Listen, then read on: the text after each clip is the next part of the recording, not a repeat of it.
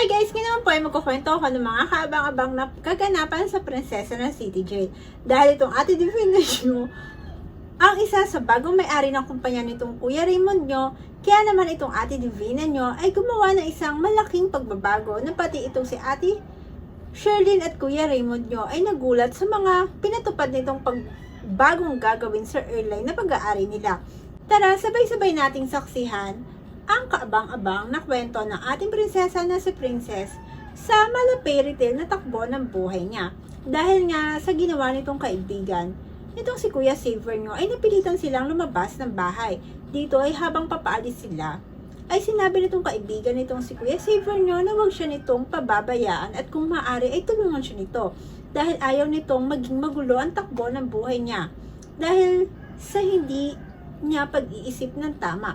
Kaya naman itong Kuya Xavier nyo ay nangako dito na tutulungan niya ito. Pero kailangan muna nilang umuwi sa bahay nila. Pero kailangan rin muna niyang makapag-isip ng mga dapat nilang gawin. Kaya naman nang pauwi na ito ay bigla itong napatigil nang may nasalubong itong naghahanap sa kaibigan niya. Kaya naman napatigil ito at tinignan ang taong naghahanap sa kaibigan niya. Dito nga, sigurado niya na ang naghahanap sa kaibigan niya ay bigla itong napatalikod at umalis kaagad sa lugar kung nasaan malapit lang sana dito ang bahay nila. Dahil nalaman niya naghihintay pa rin pala yung mga taong naghahanap sa kaibigan niya sa bahay ng lolo niya. At nakuha nila ang naiwan na gamit ng kaibigan niya sa kwarto niya. Kaya naman, lalakad na ito ay walang kasiguraduhan kung saan ito pupunta dahil nalilito na ito sa nagaganap sa kanya ngayon. Dahil hindi nito alam kung tama pa ba ang ginawa niyang pagtulong sa kaibigan niya. Dahil pati itong si Kuya Xavier nyo ay naiipit na rin sa naghahanap dito sa bahay nila. At nag-aalala rin ito na baka dumating na ang kanyang lolo at maabutan nito ang mga tao sa bahay nila. Dahil alam niyan na tiyak na hindi magugustuhan ng lolo niya ang nangyari sa bahay nila. Samantala sa tindahan naman itong ni Ate Sherlyn nyo ay punong abala itong ating bida na si Princess sa pag-aasikaso sa mga paninda nila sa tindahan. Dito nga, habang nag-aayos ito ng mga gamit at damit kasama nito ang kapatid nitong si Ate Sherlyn nyo na si Ate Mimi ay masaya silang nagkukwentuhan. Ay bigla namang dumating itong si Ate Levin nyo na daig pa ang panahon sa madaling magbago sa isang iglap ang timpla ng mood nito. Dito nga tahasan sinabi nito sa ating bida na hanggang sa kasalukuyan ay nasasaktan pa rin itong si Kuya Xavier nyo. Dahil sa sinabi nito nung nakaraan nang nakita sila sa sports club na pag-aari na Ate Divina nyo. Pero itong ating bida ay malumanay pa rin sinabi sa Ate Levin nyo na kitang-kita naman nila may ginagawa si Kuya Xavier nyo kasama ang mga kaibigan nito kaya niya nasabi ang ganong bagay dito. Pero itong Ate Levin nyo ay hindi talaga papakabog sa ating bida. Dito ay sinabi niya na masyado nitong pinalungkot itong si Kuya Xavier nyo dahil sa pagpapasabi nito ng mga bagay na hindi naman ito ginagawa. Dito ay sinabi pa nitong Ate Levin nyo na parang wala na itong puso sa mga sinabi nito kay Kuya Xavier nyo dahil hindi nito iniisip ang nararamdaman nitong si Kuya Xavier nyo. Kaya naman itong si Ate Princess nyo ay hindi makaimik at malungkot na napatingin na lamang sa papaalis na si Ate Levin nyo. Kaya naman itong si Ate Mimi nyo ay agad na lumapit sa ating bida para kamustahin ito kung maayos lang ba ang lagay nito dahil nakita niya na nag-uusap sila Ate Levin nyo at si Princess. Dito ay sinabi nitong si Ate Mimi nyo na akala niya ay tuluyan na nagbago ang ugali nitong si Ate Levin nyo. Pero sa tingin niya ay hindi pa tuluyan nagbabago ang kanyang pamangkin dahil katulad pa din ng dati na matalas pa rin itong magsalita. Kaya nasabi nitong ating Mimi nyo na hindi niya alam kung saan nagmana ang kanyang pamangkin dahil mabait naman ang kanyang Ate Sherlyn at magalang. Ganon din ang Kuya Raymond niya na mabait at may magalang at marunong makibagay sa kapwa. Dahil sobrang layo na ugali nito sa Ate Levin nyo na sa kanyang mga magulang. Kaya ay pabirong sinabi ni Ate Mimi nyo na baka sa Lola Sonia nyo ito nagmana ng ugali. Kasi pareho silang may mga pinapakita sa mga tao kung gaano nila pakitunguhan.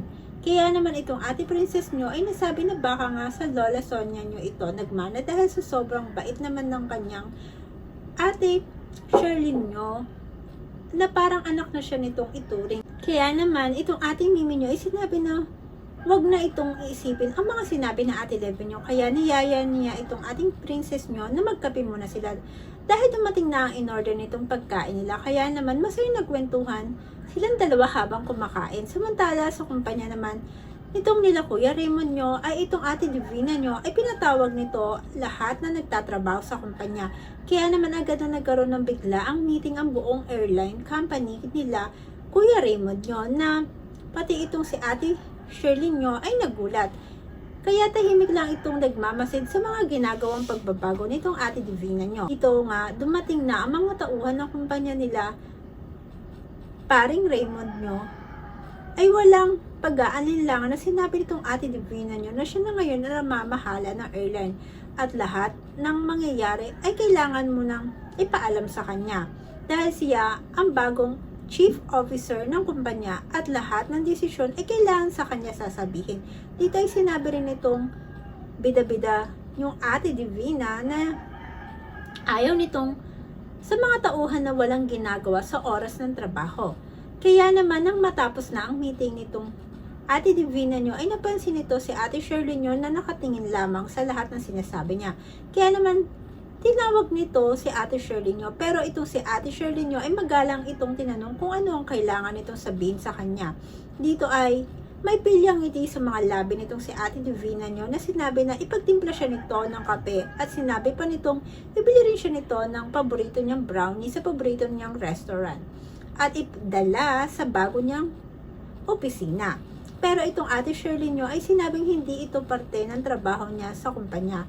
Pero itong ate Divina nyo ay tinignan niya ang mga tauhan nila at sinabi lahat ng tauhan nila ay punong abala at siya lamang nakikita nitong walang ginagawa. Kaya naman itong ate Sherlyn nyo ay kahit hindi nagustuhan ang ginagawa nitong ate Divina nyo ay inisip na lang niya ang pangako niya kay paring Raymond nyo na pakikisamahan niya ito na mabuti si ate Divina nyo sa abot ng kanyang makakaya para sa kumpanya nila na ayaw nitong mawala sa kanila. Kaya naman sinabi niya na ibibili niya ito ng brownies na gusto niya at ang kape rin na gusto niya. Pero itong ate Divina nyo ay ubod na mapang-asar dahil sinabi nito na kailangan yung kape niya ay less sugar at sobrang init dahil gusto niya ng hot coffee ngayon. Kaya naman itong ate Sherlyn nyo ay sinabi na sisiguraduhin niya na mainit ang kape na dadalhin niya sa opisina nito. Samantala itong ate Leilani nyo ay naalala ang kaputihan nitong ating bida na si Princess kaya naisip niyang magtanong sa kanyang kasamahan ng number nito dahil gusto niyang tawagan para makamusta niya rin si Kuya Saver niya dito. Kaya naman itong ating bida na si Princess ay nagtataka habang tinitignan ang kanyang telepono dahil may isang number na panay ang tawag sa kanya. Kaya naman ipinakita niya ito sa tatay dado niya na katabi lamang niya dahil pinag-uusapan nila ang ginawang pagpunta nitong si Ate Levenio sa tindahan ni Ate Sherlyn at ang mga sinabi sa kanya nito na nagbigay sa kanya ng alalahanin dahil hanggang ngayon pala ay nasasaktan ito si Kuya Saver nyo sa mga sinabi niya. Kaya naman sinabi nitong tatay dado nyo na bakit hindi niya sagutin ang tawag dahil baka importante ang tumatawag sa kanya. Pero nasabi lamang ng ating bida na hindi niya kilala ang numero. Pero dahil sinabi sa kanya ng kanyang tatay dado, nasagutin na dito nga napag-alaman niya na ang tumatawag ay itong si Ate Leilani nyo. Dito ay sinabi sa kanya nitong si Leilani na kung pwede ba siya nitong hingian ng pabor dahil may gusto lamang siyang ibigay kay Kuya Saver nyo. Kaya naman itong ating bida ay sadyang mabait at pumayag ito sa pabor na hiningi sa kanya ni Ate Leilani nyo. Kaya naman sinabi nito na puntahan niya ito para kunin ang mga bagay na gusto nito ibigay niya kay Kuya Saver nyo. Kaya naman nang puntahan niya itong si Leilani ay nagpasalamat itong Ate Leilani nyo sa kay Ate Princess nyo dahil pumayag itong idala kay Saver ang mga ginawa niyang munting regalo. Kaya naman itong ating bida ay nagpaalam na dito para idala niya kay Kuya Saver nyo ang mga regalo nito. Dito nga habang papunta na siya sa bahay nila Kuya Saver nyo ay nakita niya ito na nagtatago sa isang pader na parang litong-lito. Kaya naman nilapitan niya ito at tinanong kung bakit ito nagtatago. Dito ay may lumapit na isang lalaki at sa ating bida at tinanong kung nasa ng taong nakita nitong nagtatago, na pati itong si Kuya Saver nyo ay napatingin na rin dito. Pero itong ating bida ay sinabi sa lalaking lumapit sa kanya na nagkamali lamang siya sa nakita at walang taong nagtatago, kaya naman agad na iniwan itong ating bida ang nagtanong sa kanya, kaya nang nakalis na ang nagtatanong sa kanya, agad niya nilapitan itong si Kuya Saver nyo. Dito ay tinanong niya ito kung ano ang ginagawa niya sa labas ng bahay nila. Pero itong Kuya Saver nyo ay hindi makapagsalita para sagutin ang mga tanong na ate princess nyo. Dito ay sinabi niya kung pwedeng isama na lamang muna siya nito sa bahay nila. Isang kaabang-abang na naman po ang istorya ang ating natapos at patuloy na susubaybayan muli. Kaya naman po, kung nagustuhan nyo ang aking storytelling sa ating munting prinsesa na si Princess, maaari po ba kayong mag-subscribe sa aking channel at i-click nyo na rin po ang ating notification bell para maging updated kayo sa lahat na aking na-upload. Thank you so much and keep safe and God bless you on my next vlog. Bye!